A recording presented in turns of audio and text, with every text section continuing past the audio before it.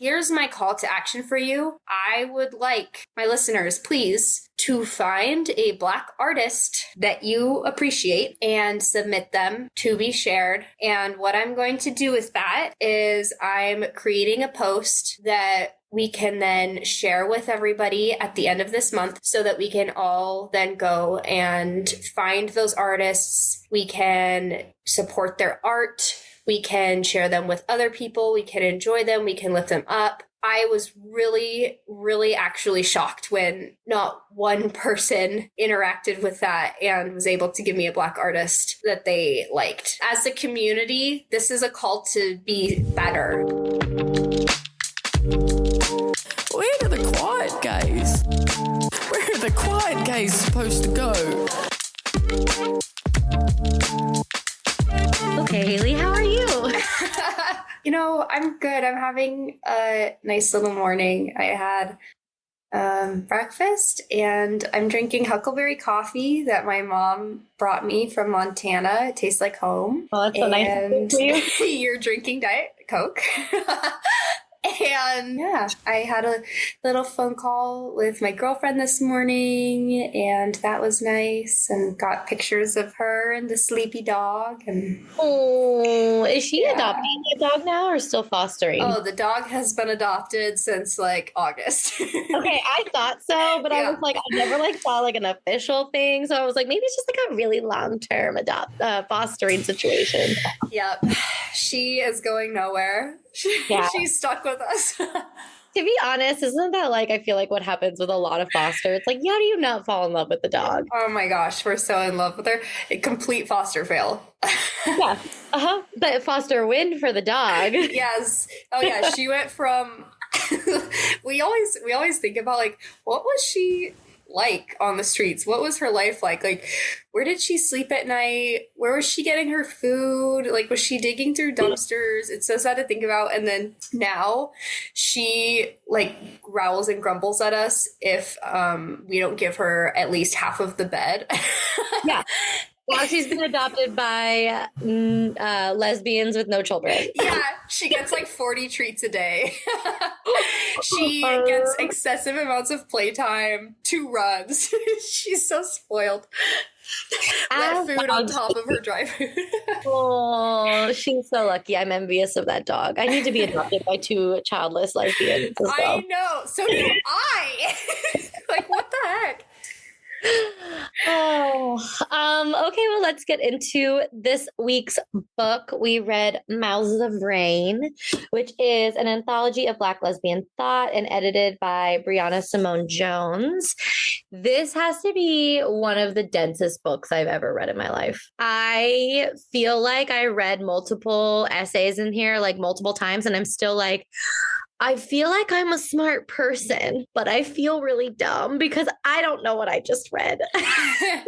And then some of the poems I'm like weeping over and like, oh my God, having just like mental breakdowns over because they're so beautiful and powerful. But yeah, this book was a lot to read. Even reading it over like 2 weeks, it was a difficult, not a difficult read, but like it took a lot more paying attention to than I think like most of our novels that we've read, which are like awesomely thrilling, like quick action, and this was like essays by like the leading thoughts on Black feminist theory. I'm really interested to hear what you have to say about certain pieces, and I heard you have 27 pages of notes. I do. I'm so proud of you. My notes are in my head. And then also I have tabbed pages of like mostly Audre Lorde stuff because her stuff is just, I think it's like very accessible. Like she writes in a way that draws you in and like teaches you. Like obviously she was a teacher as well as a poet and whatnot, but like, I don't know. I loved all of her stuff. I loved Alice Walker's stuff. I loved everything in this book. What were your initial thoughts? Yeah, this is definitely super nutrient dense. It's phenomenal. I think that Brianna did a very great job of seeking out great pieces of work and minds and literature and putting them together. And the way that she broke it up into all the sections, I mean, she has sections on eroticism, which I thought was brilliant. Like, that's not necessarily something that I had thought about in that much depth before in this context. And now I'm like, well, of course, duh. The way she framed it, I was just like, oh, you are a genius, my dear. But everything about Black life and love and the way it gets buried in activism and community and culture and all of it is just structured so beautifully. And the way that all of these pieces kind of tie together too, like I'd read one thing and then 200 pages later, I don't know how it is in print, but on the Kindle, it's almost an 800-page book. I'd be reading something and then like 200 pages later, I'm like, oh my gosh, this line is saying the same thing as like what this article was saying, you know. So anyway, wonderfully done. My praises go to Brianna. And before we jump into it, I just want to give people an idea of who she is. So I'm just going to read this little excerpt from an article that was done on her by Carla Mendez, Black lesbian feminist Briona Simone Jones. And in this anthology, Mouths of Rain, she interrogates the fortitude, power, and futurity of Black lesbian literary tradition. Briona Simone Jones is from Rochester, New York, and of Jamaican and African American descent, and is currently an assistant professor of English and Women's Gender and Sexuality Studies at the University of Connecticut. Briona says about this anthology that what inspired her to write this and put it together was her experience as a Black feminist in mainly white spaces, and most of all, Black lesbians that she's encountered in her daily life inspired her to create Mouths of Rain. And she goes on to talk about noticing a lack of, she had never seen other Black lesbians around, especially those with kind of like a masculine center of being. And she wanted to be able to put a piece of work out there where other people like herself could recognize themselves in it and have kind of a point of reference or like a North Star to see a future for themselves. So this obviously came out of a really important place. And I just want to honor that moving into this conversation. Yeah, and there's a lot to talk about. She, after the introduction, she opens the book, part one, straight into uses of the erotic, which I think was such a bold way to start the book, because like you said, you hadn't thought about that type of literature or works as being part of like this type of book. But the first story, little essay by Red Jordan Arrow-Batu, I'm sorry if I butchered that name. I was like, how when we covered Disobedience and you were watching that insane sex scene in the library? Yes. Okay, well, I was reading this as well in public. I was like, here we go. Like, I'm just going to start my book. And it's just this incredibly written, incredibly erotic, like sex scene that happens and that she writes about. And I was literally like sweating. I was like, this is probably the best written sex scene that I've ever read in my like entire life. And to just start the book off with it, I was like, holy shit, like what are we reading here? Obviously I knew like Audre Lorde, Alice Walker, a ton of other just incredible Black feminist theorists are in here. But with the opening, I was just like, I'm in. And then we get into some other works on uses of the erotic, 1909 through 2020. So did anything in this section like speak to you? Oh, absolutely it did. Yes. Okay, so those are like where the bulk of my notes are. Yeah, well, I think that actually I was speaking to my girlfriend about this, and she said something that I thought was really important. And she was talking about how historically pleasure has always been a bad thing for women to have, and especially sexually. It's not seen as like a pure thing. And still today in a lot of cultures, like mutilation happens for this reason. There's a reason that people really heavily censor things like the words masturbation, or like when so many young women are growing up, like we don't know that there is anything like masturbation and self-pleasure or, you know, anything like that. And not that she is talking about necessarily like sexual pleasure or masturbation in this, but I think that these ideas kind of go hand in hand with the suppression of women, like even being able to know that kind of thing. Yeah. And she goes on to talk about, like she says, that in order to perpetuate itself, every oppression must corrupt or distort those various sources of power within the culture of the oppressed that can provide energy for change. And for women, this has meant a suppression of the erotic as a considered source of power and information within our lives.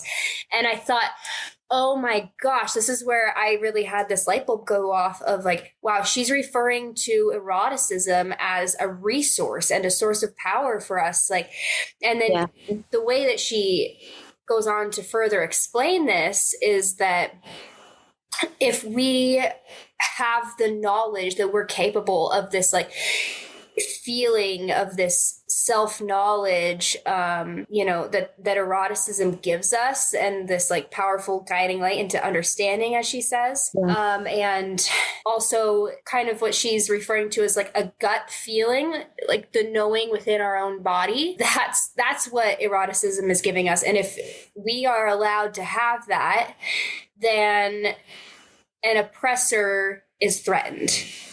And so they don't want us to be in touch with that part of ourselves. It allows us to have honor and self-respect. And if we have that, then we can require no less of ourselves, she says. And so I was just like, oh my gosh, she's really onto something here. And this is, by the way, this is Briona talking in her introduction to this section. And then she also is going on to talk about how eroticism is not, she's not defining it as just like a romantic, a sexual, a physical thing. Like it's a sharing of joy, whether physical, emotional, psychic, or intellectual. And it forms a bridge between the shares, which can be the basis for understanding, much of which is not shared between them, and lessens the threat of their difference. And it also, she's talking about how like eroticism gives us the capacity for feeling, which is equal to knowledge that you can have joy and satisfaction without things like marriage and religion that society forces upon you and threatens that you won't find satisfaction and happiness without, which is how like we end up in these tracks. And I mean, we have like what we think are our clocks ticking down, and we think like, oh my gosh, if I don't get married by this time, if I don't have kids by this time, then my time's going to run out. And then we don't do the things that we have always wanted to do. We don't live up to our potentials that we know that we have, that we think we could have. And like, this is where we beat them to the punch, right? Because of the barriers that they put on us just by pure expectation. So, I mean, there's just so many aspects of this. And then she's also talking about eroticism as even like being able to fight with each other. And I also loved here where she gets into like the difference between eroticism within a Black community, specifically the Black lesbian community, and in the European American male tradition, or like a white male American tradition, which is that she's talking about intimacy in higher than a sexual sense, but like as a real and true sharing of feelings through things like dancing and playing and fighting. And she's saying that this level of sharing and understanding of one another is not easily accessed in white American culture because we are uncomfortable with the practice and vulnerability of truly sharing in things like intimacy and dancing and playing and fighting. And we're more of like a passive aggressive or even like a passive loving culture. And we can't like hold the eye contact and look in the eyes and say like, and just be there. We can't just be there. We keep looking away. We have to divert. And that obviously has a long standing tradition of coming from like Puritan time, right? Where you weren't allowed to dance. You weren't allowed to have joy because it was seen as something like as an affront to God, right? Because it was seen as dirty and bad, right? And going back to your point about, you know, eroticism, well, Briona's point about it is, I think when you are able to be free within yourself and you're able to then bring that idea of freedom to community, which is what you were just talking about, where you can be so intimate with other people. You can share that intimacy because you have experienced it yourself. That's kind of how I read it, of like, if you're free in that sense, and doesn't just necessarily mean in a sexual sense, but obviously that goes hand in hand. But when you're free to know yourself so deeply and personally, it opens up a door to understand that other people have that same shared capacity of feeling, and it humanizes and brings people into community in a lot easier sense, which I think obviously with women, we are socialized to be more like that. And now you put that in the context of a lesbian community or, you know, what we're talking about here. And it's like seeing someone. It's about really seeing the other person and being able to share in that intimacy and then go out, and then like go out into the world to finish that thought, which I also now I'm like connecting dots as we're talking about it, which is honestly why I love our podcast. I feel like we connect dots like all the time while we're speaking about it, but it's like she starts with the self in terms of like Black, queer, lesbian thought, and then moves throughout the book into larger and larger contexts. And it's all stemming from the beginning where we start at the root, right, of the self, and then move into at the end talking about like the queer LGBT Black youth and how the cultural context of so many different ideologies come from that root, even though we don't acknowledge it. Yeah. And I have a quote here that I really liked where she said, Black lesbians teach how to love that which is the most despised and undervalued, and they do it gloriously in the face of opposition. And I feel like that's like a really good summary of kind of what we were just talking about, of how loving despite the oppression and how powerful that is. What you were just talking about in that quote, Lucille Bogan in her poem, BD Woman's Blues, and she's talking about bulldyking women. And it's like a love poem to these women, essentially, which is she was alive from 1897 to 1948. And she was also, this is relevant, she was a singer-songwriter and she was a prolific blues singer, but she was considered a dirty blues singer because her lyrics often dealt with sex and drugs and queer identity.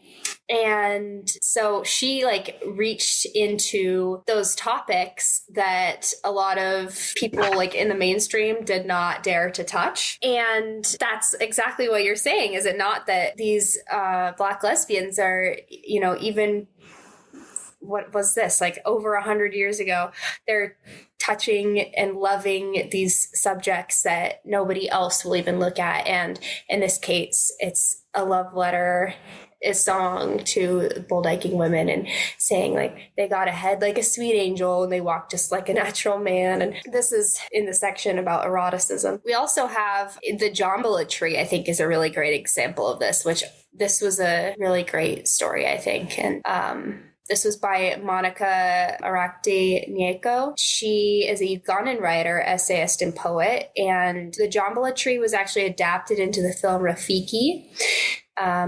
And Monica also has a master's degree in humanitarian assistance. This story is about two young girls. They're in Kenya. They have fallen in love. They live kind of in the slums.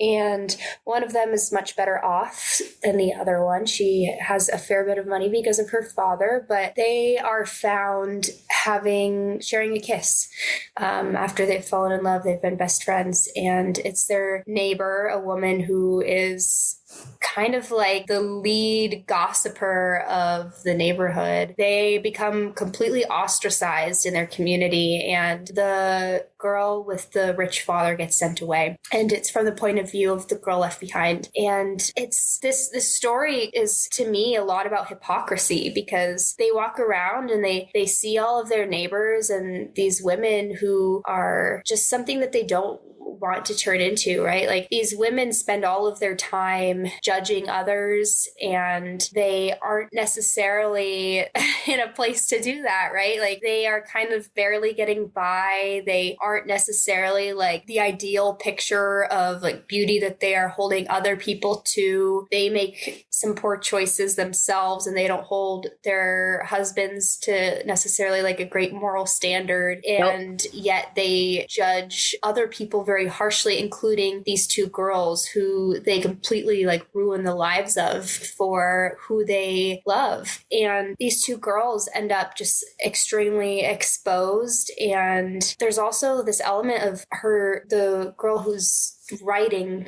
narrating, her dad had written love notes to her mom, and he had included the line, "If loving you is a crime, I am the biggest criminal in the world."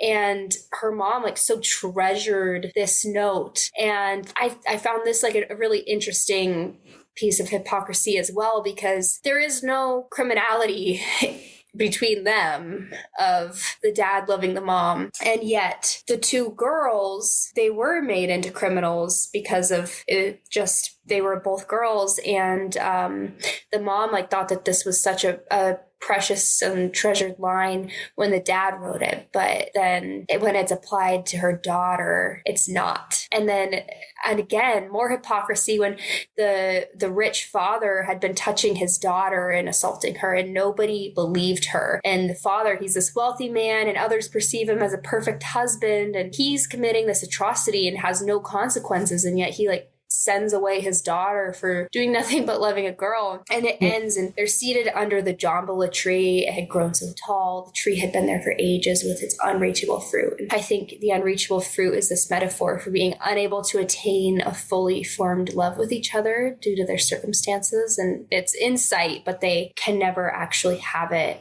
which is just so sad, so heartbreaking. But again, I think this is on theme with what you're talking about, is that we have these two Black lesbians who they love what everybody else in the full spirit of hypocrisy will not touch. Yeah, that was a rough read. And I feel like they just are all, I don't know, the common threads I was finding through here, like other than I find that it's sad that a thread that has to run through this book is one of like overcoming, because that shouldn't even have to exist, right? Like, people should just be able to love whoever they want to love. Obviously, that's like the theme of our entire podcast. But, you know, there's just so many more you read in this book how many more obstacles there is for Black queer women.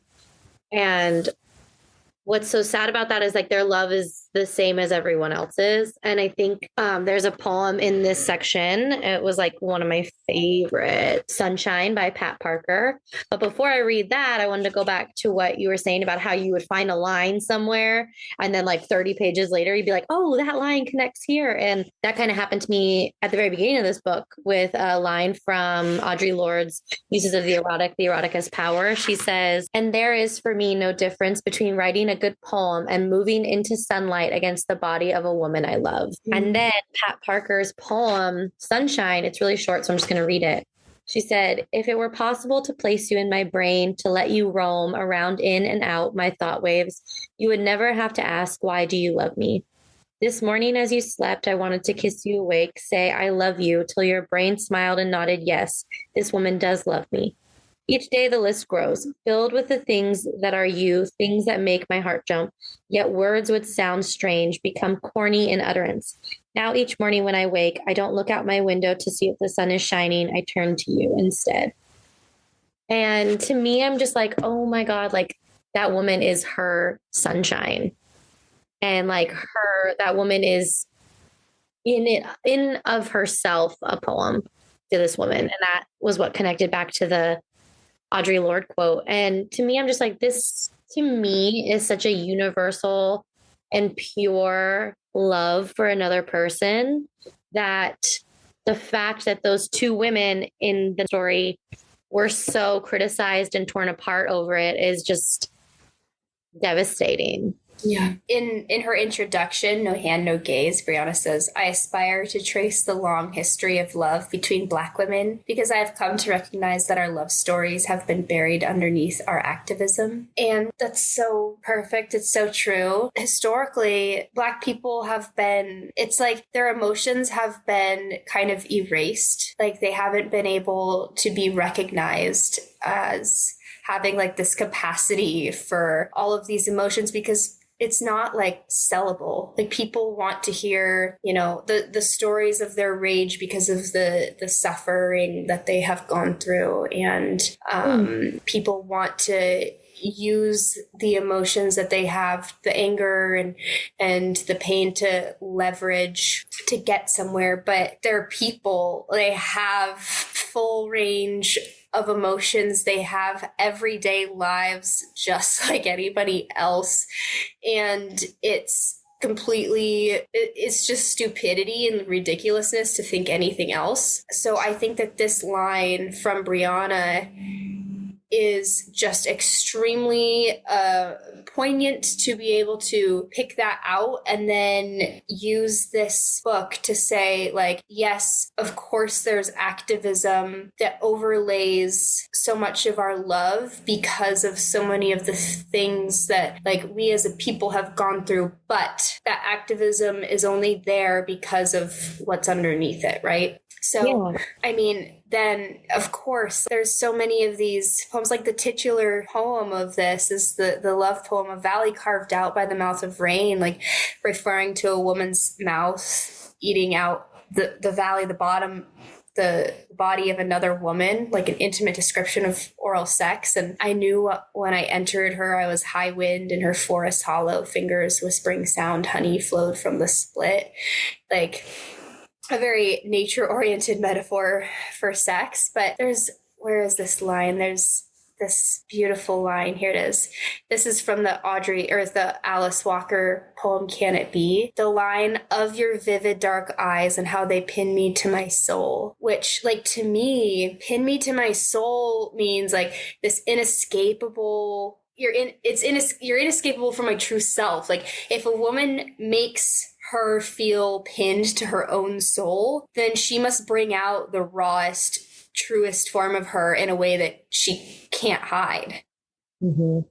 Yeah, there's so many expressions of beautiful love. Like, she also goes on to say, your body is as sacred to me as the earth, the black of it so secret, so sweet and so mysterious, the brown of it so velvet and so lush. And like, I love when Black women are described as so beautiful in media. Like, I want them to hear it loud and clear. It's not often enough that they get to hear themselves described and shown as so beautiful in media like that. And that's another reason that I love this book so much, is that it does that. Yeah. I think the reason we don't hear about a lot of like lesbian, especially Black lesbian love, especially in this context, having the activism be at the forefront, is because I think as a society, we're conditioned to see Black women as, actually she talks about at the very end, or I forget, at the very end, about how the tropes that Black women are seen as like mammies or welfare queens or things like this, but also they're also seen as strong, like incredibly strong women, right? Like abnormally strong, which is like a eugenics issue that we could talk about. But in that, we only have a one-sided, one-dimensional look at them. And it's almost, we think as a society that we're humanizing them by giving them these like superpowers, but we're actually dehumanizing them because we're cutting them off from their whole well-roundedness of personhood, of like women who also erotically love other people, other women, right? And we pigeonhole them into like, if we talk about politics in the past 10 years, like, oh, Black women are going to save us, right? And it's like, okay, but that's one, not their job. And two, that's not who they are as full people. That's why I love that. I think what we were just talking about, how much we love that this part about the erotic is at the beginning, because it starts from a very humanizing level. Do we move on to section 2? Actually, real quick, before we move on, I just want to talk about like the very, very opening of this book with the Mouths of Rain Be Open by Alexis Pauline Gumbs, because she's talking about her grandmother in Anguilla and how she was kind of like a community legend, a community held metaphor, and how she was associated with water. And I think that this was just a very suited and powerful way to begin this, because it applies sort of like mysticism and magic to not only this woman and the way that the author is looking up to another Black woman in her family, but also the way that community builds. And I think that that is a very important piece of this book, is the way that community builds, because it's not that we look around for people who are like us and that is how we find community. It's that we do things to build a community, and that is how community is formed. And if we do not do that, then we will be isolated. Okay. And so this was, I think, a very important way to start off the book. So she's talking about her grandmother who had the impact of rain in the desert, because here they are on this desert island that they have grown up on, and it was that way. It was occupied by the British, and this is a woman who the whole community associated with rain, because she would kind of do something every time it rained, and so there was always like a connection associated between her and the water, and she had a kind of impact like water in the desert. She nourished the communities where she was planted. She founded hospitals and service organizations. She was involved in all the churches because that was where the people were organized. And so then that asks us the question, like, where are the places that we can make big impacts on our community and create accessible spaces? Like, where can we be like grandmother? And this is how we strengthen our communities, right? So this woman, like, she did big things, but in small ways too, you know, she just went and helped her community in the places she could find. She designed the flag during the Anguillan Revolution in 1967, which that's big, which is when, you know, they were able to break free from the British and have their own republic. And so that is big. But then she goes on to talk about in the years after her grandmother's death, Anguilla has become so lush and green, you would have almost never known it would ever be a desert island. So yes, I have my own reasons to believe in the power of rain. And so this reminded me too of the color purple and the mysticism that we relate to powerful women. Yeah. And then she talks about, as Audre Lorde would learn in 1989 in St. Croix, too much rain and wind in the Caribbean, the ferocity of the still outraged winds of the transatlantic slave trade routes can result in devastating hurricanes. And now, because of climate change, more frequently they do. And this caught my attention big, because this tied the relationship between winds outraged over the transatlantic slave trade, like, holy shit, tying Mother Nature to humanity. It's inseparable. And this, like, I mean, all of it.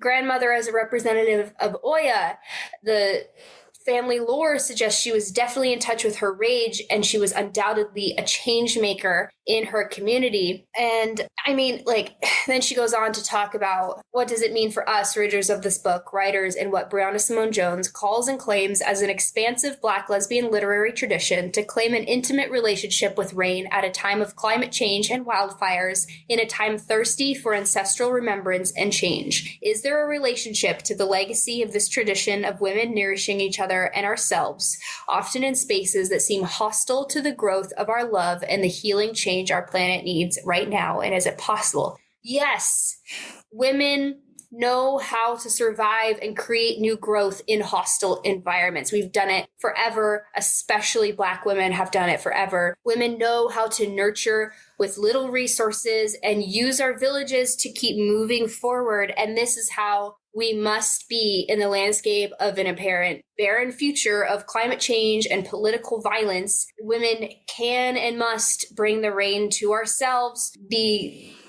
the diffuser within ourselves, organize within ourselves the new perspective, the refresher, the element that we need to spring anew, because we know that the men inflicting this are not going to do it. They're going to keep bringing the fire. And then she ends this with, we knew in that moment that what it meant to love Black women was time travel and study, reverence, and ceremony. And I think these are beautiful action words to launch us into this book and then out into the world and life, to just remember what that means: time travel, study, reverence, and ceremony. Beautiful.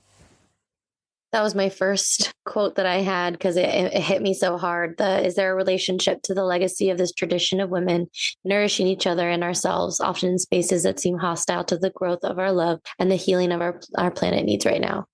And, you just think about deserts and how women are still having babies and still nourishing those babies, and how life can still be made in hostile environments like that. And we are moving into, like she said, incredible economic, environmental devastation at the moment, political upheaval.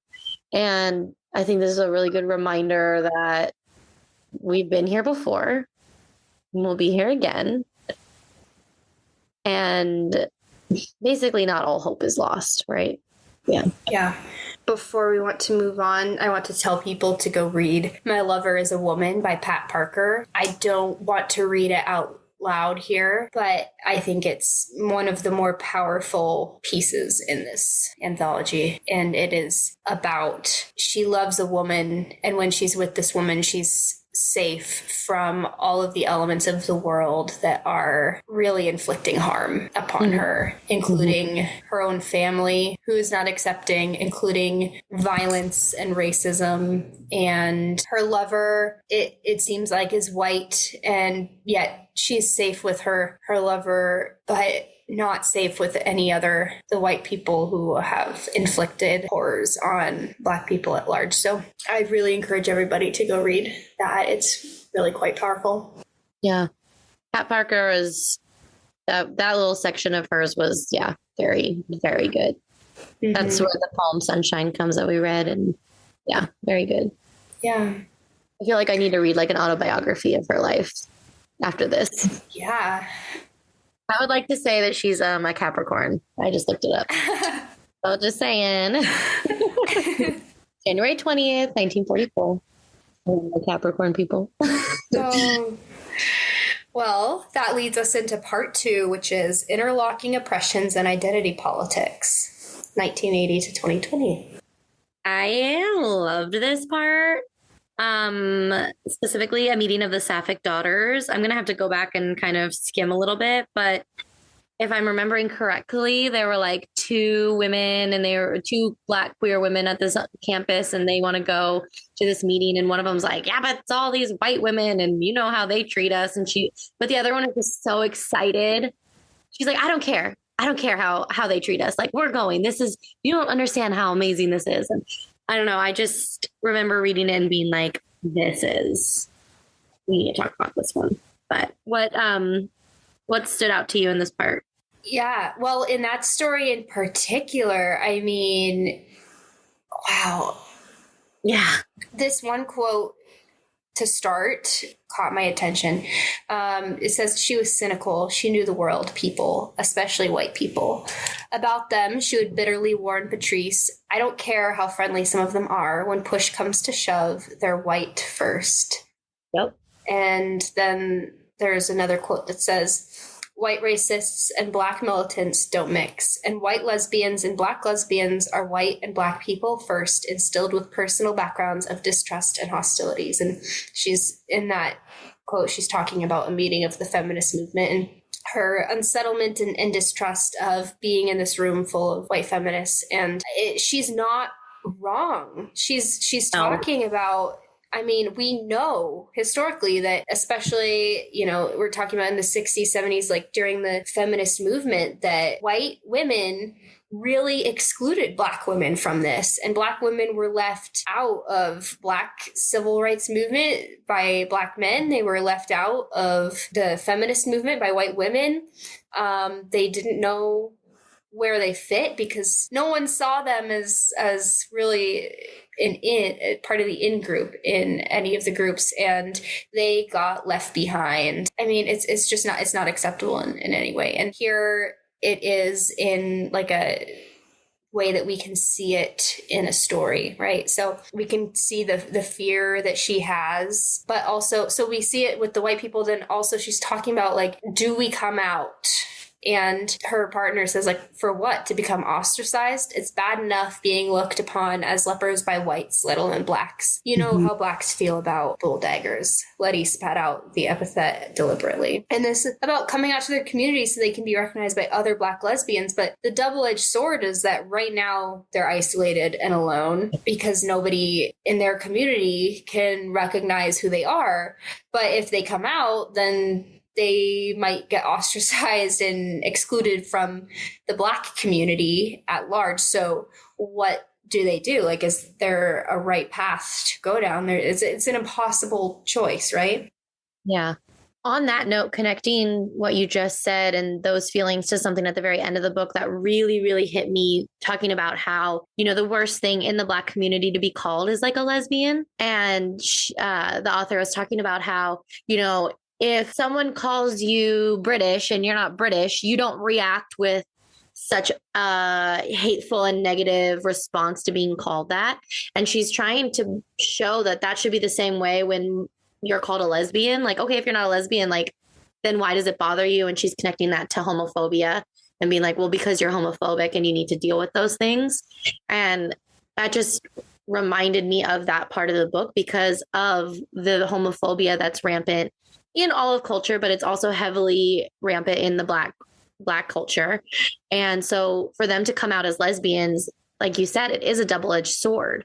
It's now going to be, not only are you Black and a woman, you're now Black, a lesbian, and a woman. Like all these intersections of identities that are continually oppressed and take away your power in society. And I really, really commend women who don't give a fuck about that. Like, I've actually been having this conversation with my girlfriend a little bit about like, well, how could you like be married to a man if you're a lesbian, and like trying to talk about that and how like culturally and things, interplay in that and how that's not her experience. And like, I'm like, well, you should consider yourself so privileged that you can't understand my experience, right?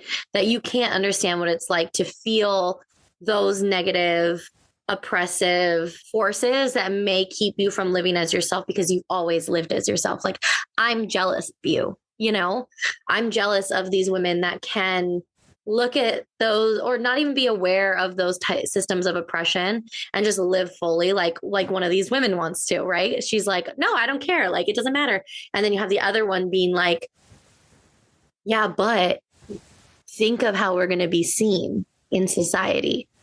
And, I wish I had that growing up of like not caring and whatnot and had the strength in that way. But there's just so many different types of people that look at so many different types of angles when it comes to their own identity. And I really admire the women that don't really care about what society says and they just fully embrace their identity from a really young age, like one of these girls did in this story, This is reminding me of Cheryl Clark and what she said in New Notes on Lesbianism in the beginning of this book. She says, I name myself lesbian because this culture oppresses, silences, and destroys lesbians, even lesbians who don't call themselves lesbians. I name myself lesbian because I want to be visible to other Black lesbians. I name myself lesbian because I do not subscribe to predatory and institutionalized heterosexuality. I name myself lesbian because I want to be with women and they don't all have to call themselves lesbians. When I read that, I was thinking about like, this feels like a good answer to the question that comes out of a lot of the fear during times like this and this political climate of, do I go back in the closet? Am I in danger? Like, I know myself, I've had a lot of fear, and I know I'm not alone in that. And certainly there are many people a lot more vulnerable than I am. I think this is like one way to think of it, but also there's also the reclamation of a label, which it's in the same way where people have reclaimed many labels, right? And Right. there's different threads of thought on those, but this is not in any way negating what you're saying at all, because I am 100%, I'm 100% with you on that. But this is reminding me of what she said on that. Yeah. Yeah, this chunk of the book, part 2, is really talking about what it's like to exist on the margins of society and what that feels like, right? Interlocking oppressions and identity politics. I am Black, woman, and poet. All 3 facts are outside the realm of choice. My eyes have a part in my scene, my breath in my breathing, and all that I am in who I am. All who I love are of my people. It is not simple. And identity politics is not simple because of the cross section of identities. Like we were just saying, Black, woman, lesbian, queer, like these are all intersections of identity. You don't just subsist in one section and then move through life that way. You're seen differently because of every single one of your identities that makes up who you are. Right. Yeah, and Barbara Smith said, what we were saying is that we have a right as a people who are not just female, who are not solely Black, who are not just lesbians, who are not just working class or workers, that we are people who embody all these identities, and we have a right to build and define political theory and practice based upon that reality. So many people don't get that. And they say like, oh, stop playing identity politics. Like we live in a world of identity.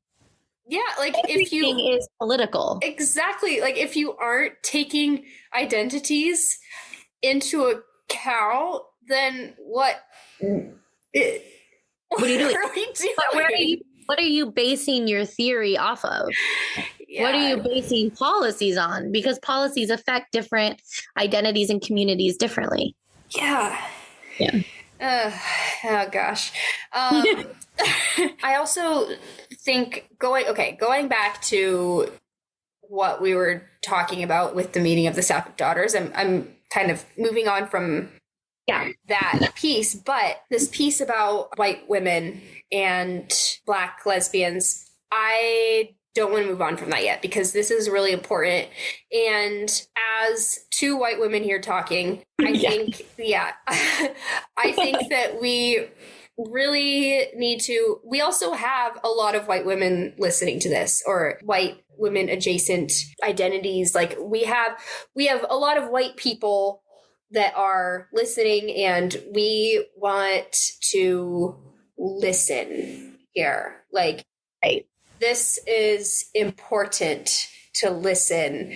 And this is kind of a call to action, right? Because I think that a lot of us, it's easy to get defensive because we have good intention, right? And we want to not feel racist. We want to feel like we're doing the right things and have intention to be doing the right things. And you very well can have intention to be doing the right things. And sometimes impact and intention are not the same. That's exactly what I was going to bring up.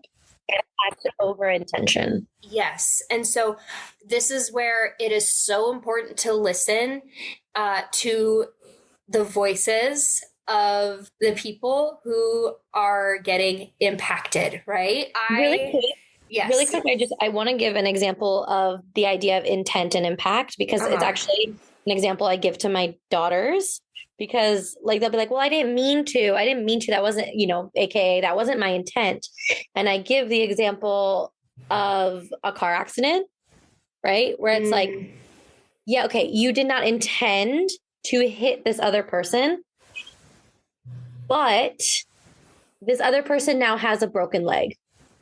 right? So your intent doesn't really matter as much as now this person has a broken leg and we need to deal with the impact. Right. And I think sometimes we get lost in, and when I say we, I mean white women, get lost in like speaking these words and, intent over impact and blah, blah, blah, blah, blah. But we don't necessarily always think about what we're actually saying. So I like to always kind of give that example because it's like, well, and put into that context, yeah, you're right. Your intent actually doesn't matter. Mm-hmm. I believe that you did not mean to hit this other person's car. I believe you. That's all fine and dandy. I still think you're a good person, but now this other person has a broken leg and we need to get them to the hospital. Right? So, okay, continue. I just like to give that example because I think it puts it into very simple terms. Great example. What we're talking about when we talk about impact over intent. Yeah, no, that's a great example. Thank you. Yeah, it's so important to listen and to reflect and take things to heart and change behaviors. And also, I think that sometimes as white women, we can get really caught up in doing a lot of the talking over listening.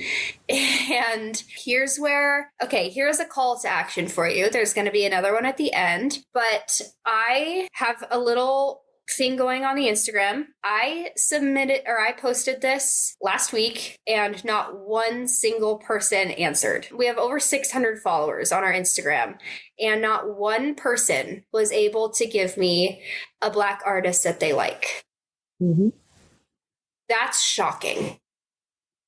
Okay. So here's my call to action for you. On the day that this drops, I'm going to post that again on our story. And I would like my listeners, please, to find a Black artist that you appreciate and submit them to be shared on our story. And what I'm going to do with that is I'm creating a post that we can then share with everybody at the end of this month so that we can all then go and find those artists. We can support their art. We can share them with other people. We can enjoy them. We can lift them up. I was really, really actually shocked when not one person interacted with that and was able to give me a Black artist that they liked. I checked that story multiple times, and every time I came back to it, I was like, really? Yeah. That one? I was like, should I post one? I was like, should I respond? Yeah. Like, what is happening here? Yeah. Yeah. So we're going to try it again. And we're going to do better this time. This, as a community, this is a call to be better about what we say that we're doing, right? We say we're supporting our communities. This is a call to, this is not hard. This is actually a super, super easy way to do this. Yeah. Okay.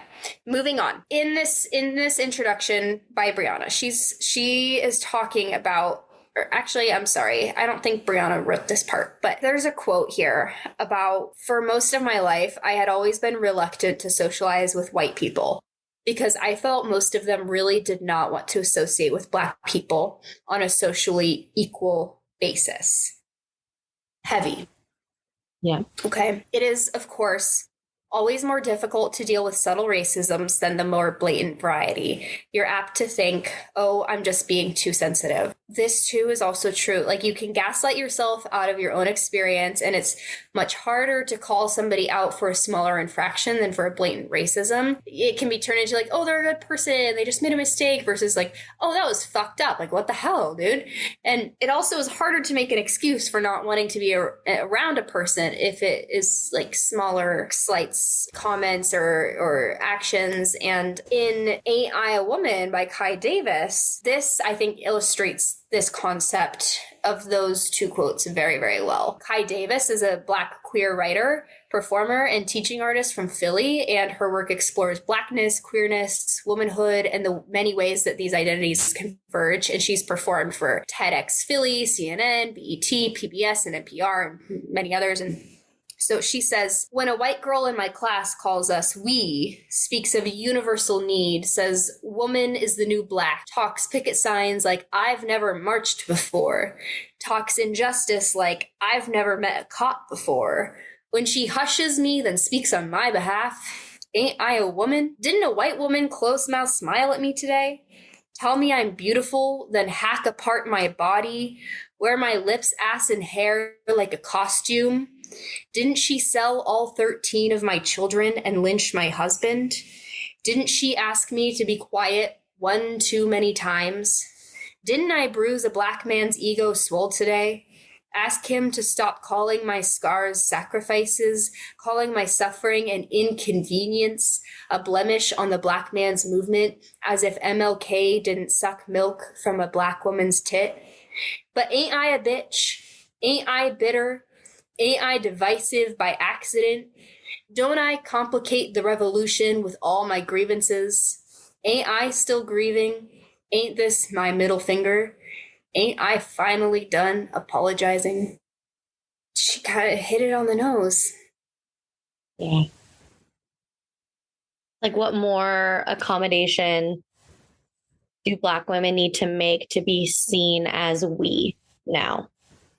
Also, just the idea that white women want to just say, like, oh, we, but without white women, we still want to be the center of every experience, right? And they don't want to interact with Black women's pain, especially if they're the cause of it. And it might not be the direct cause of it, like, I didn't personally hurt you. But that's not what we're talking about. Generational trauma here. We're talking about systemic bias within systems perpetrated by white women. Like that quote said, it's messy. Like, it's complex. And we can't, as white women, look past that when interacting with our Black or Hispanic or, any other person of color's self, because it's there, regardless of whether we personally did it. And that's not a bad thing to interact with. I think we as white women are very uncomfortable with negative emotions, and that's something we have to be better at. It's okay to sit in the uncomfortableness of your ancestors' actions. It's okay. And it's okay to be met with indignance and anger from someone, even if you didn't personally do it. It's okay. Just sit with it. Sit with it. I promise you the feeling will pass, and you'll be a better person for taking time to understand and to feel those emotions. I think that's also how we build empathy.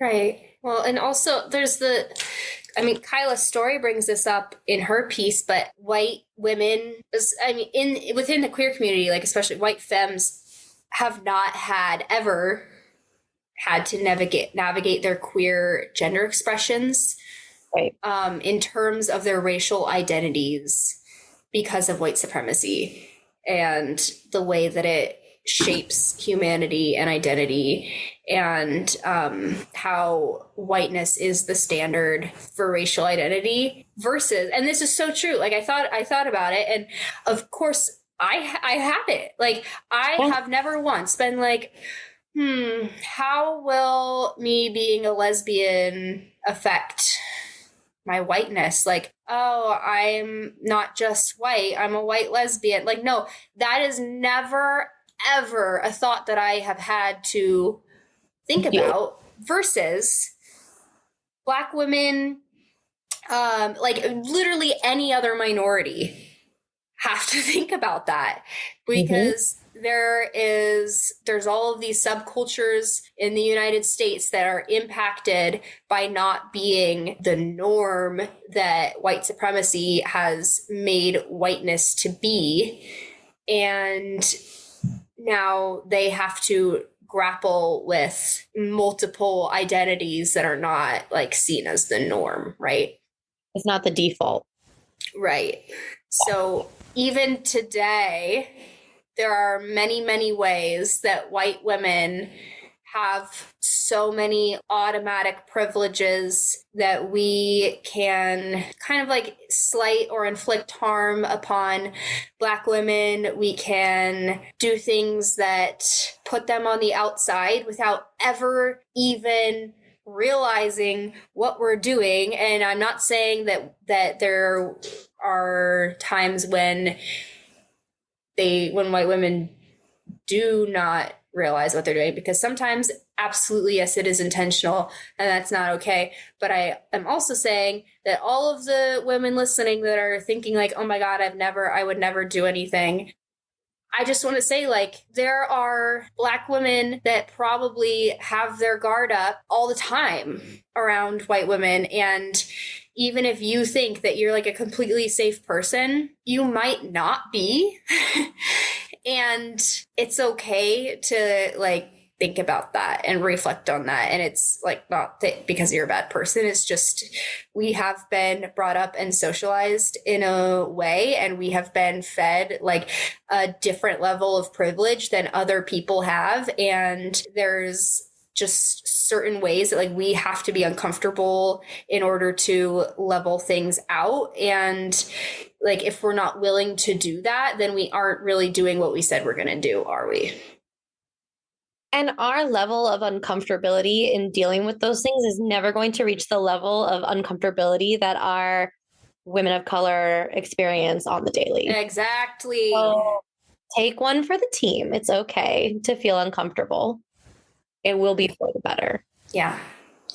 I think that was I think the major takeaway from this whole section on identity politics. It was like really the writers made it so apparent and easily accessible to understand their way of having to move in the world that is not set up for them. Yeah. Pamela Sneed, we are here. They are hungry to have someone say they exist. They need to hear me say proudly, as Audre Lorde once did, I am a Black lesbian warrior poet doing my work, coming to ask, are you doing yours? I have, that's the last thing that I have before we move into part 3, but except that it's not, because Wolfpack. We're never going to move on. This does not necessarily fit like neatly into any of the conversation topics that we've talked about so far, but I cannot move on without talking about it. The story about the New Jersey Four, Wolfpack by Mecca Jamila Sullivan. Oh my God, that was very impactful from my reading. Yeah.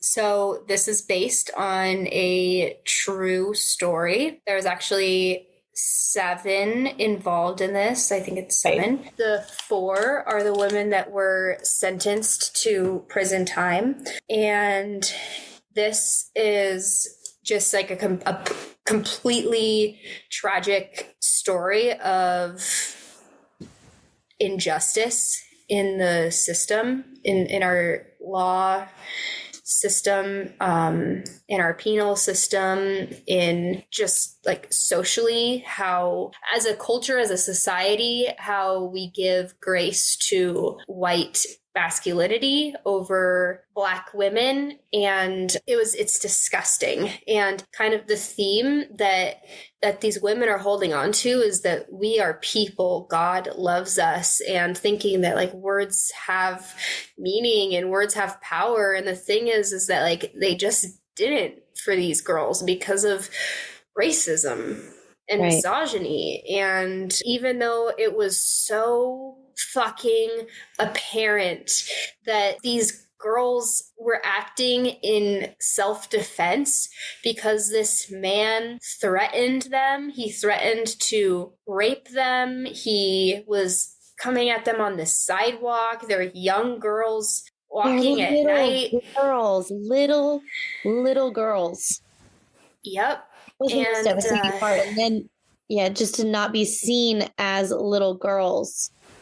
Yeah, I mean, they're saying, like, I wonder if either of them knows how good human being sounds right now as a thing to be. They're not even being seen as human by these adult men who have their lives in their hands and they're sentenced to prison time. This man is let off completely free, and it's completely disgusting. It's a true story, and it's not one of a kind. This is not a unique story. See it in the version of the Central Park Five, right?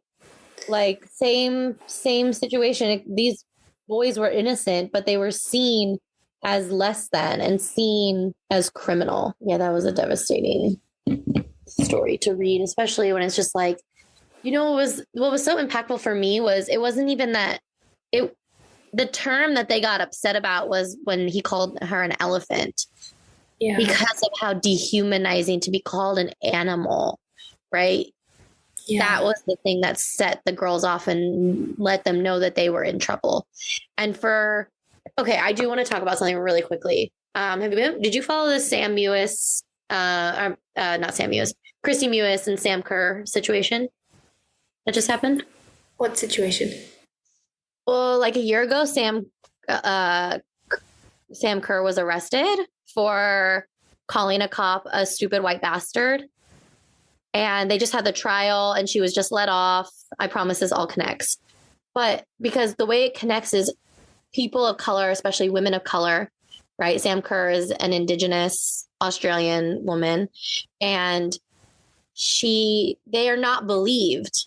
Even when they're in danger, they're not believed. So basically the reason these 4 girls in our story got convicted was because they did not, the police, everyone did not, the jury did not believe that they were actually in danger. And in the Sam Kerr situation, her and Christy, and these are obviously women's soccer players, if you don't know, very high profile, were drunk in the backseat of a cab. And I guess Christy or Sam, I think it was Christy, threw up, right? And the taxi driver got really upset and started driving really fast and erratically. And these 2 girls in the back seat were scared for their life. And the taxi driver was not taking them back to their house. It was not the route back to their house. And they were freaking out. Christy ends up kicking out a window in the cab. Like, imagine the fear you have to be drunk and kicking out a window to have the strength. And we know what Christy Mewis looks like. She's a tiny little girl. She's also white, right? And she's the one that damaged the cab. Yet Sam Kerr was the one that was arrested and put on trial for a racist remark. And there's video of them in the police station saying, like, we were scared for our lives. And they were not believed by the white police officers. And it's like this thread, you look back at this story. When did it happen? Do you remember what year? I didn't even know this happened. No, I mean, our story in the book. Oh, this, I don't know. 70s, maybe 80s. Let me see. But regardless, it was 40 years ago, right? And then this just happened this past year of women of color not being believed, and how they're the ones put on trial and they're the ones convicted. Luckily, Sam Kerr was let off because it was absolutely ridiculous that this case even went to trial in the first place. But this is 2006. Oh, shit. Well, still 20 years ago. Right. But there's this common thread of these women not being believed and not being seen because of the place that they occupy in society. Right. And Sam and Christy are engaged to be married like lesbians, just like these girls were in this story. Sorry, that's what it made me think of. And it just, the parallels there are so apparent. Yeah. Okay, so we are running out of time here, but we have so much more to cover. So we're going to do a part 2 of this for you guys. So listen in next week. And thank you so much for joining us for the first half of this conversation. This is a really special anthology, and we love being here with you. So we love you guys, and we'll see you next week. Bye.